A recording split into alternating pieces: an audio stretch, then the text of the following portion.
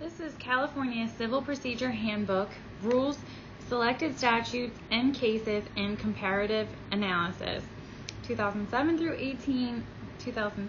8 edition, published by LexisNexis, Chapter 4, The Proper Court, Section E, Forum Non-Convenes, Part 1, Relevant Factors under the California Doctrine. Private and public interest factors.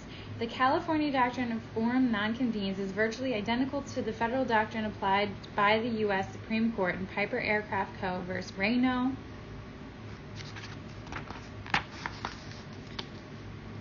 in 1981, as well as the Gulf Oil Corp. v. Gilbert of 1947, in Shangvik v. Shirley Inc. of 1991, the California Supreme Court describes the California doctrine in the following manner. In determining whether to grant a motion based on forum non-convenes, a court must first determine whether the alternate forum is a suitable place for trial. If it is, the next step is to consider the private interests of the litigants and the interests of the public in retaining the action for trial in California. The private interest factors are those that make trial and the enforceability of the ensuing judgment expeditious and relatively inexpensive, such as the ease of access to sources of proof, the cost of obtaining attendance of witnesses, and the availability of compulsory process for attendance of unwilling witnesses. And public interest factors include avoidance of overburdening local court with congested calendars, protecting the interests of potential jurors so that they are not called on to decide cases in which the local community has little concern. This language is like, memorize it.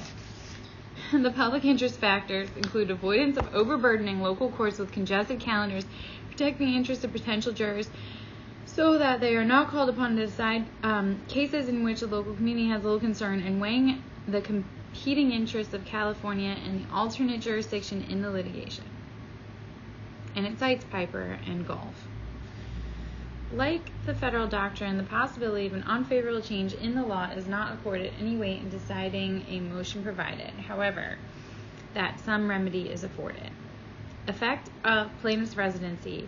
The effect of the plaintiff's residence in deciding a motion to dismiss for forum non-convenes under the California doctrine is essentially the same as under the federal doctrine. Although a trial court must accord substantial deference to a plaintiff's choice of California court, a non-resident plaintiff's choice of a California court is not a substantial factor in favor of retaining jurisdiction.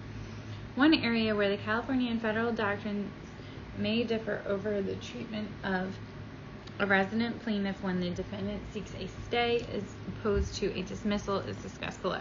Dismissal versus stay. A court that dismisses a suit on grounds of forum non-convenes loses jurisdiction over the action. The court that stays the action retains jurisdiction over the parties in the cause and can protect the interests of the parties pending the final decision of the foreign court. Archibald v. Cinerama Hotels of 1976.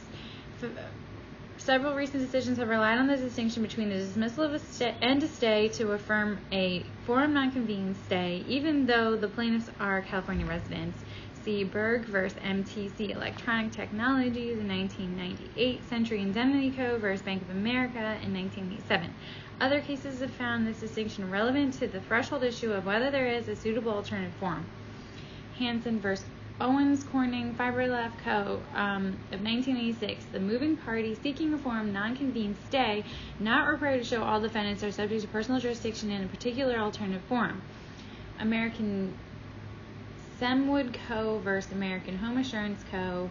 of 2001, failure of the moving party to demonstrated that all defendants are subject to jurisdiction in British Columbia precluded a forum non-convene's dismissal.